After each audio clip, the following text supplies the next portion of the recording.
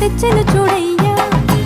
సొంతమైన అందాల రాముని కళ్యాణమాడగ సీతమ్మ సిగ్గులను మూటగా కట్టుకు తెచ్చెను చూడమ్మా. జీలకర్ర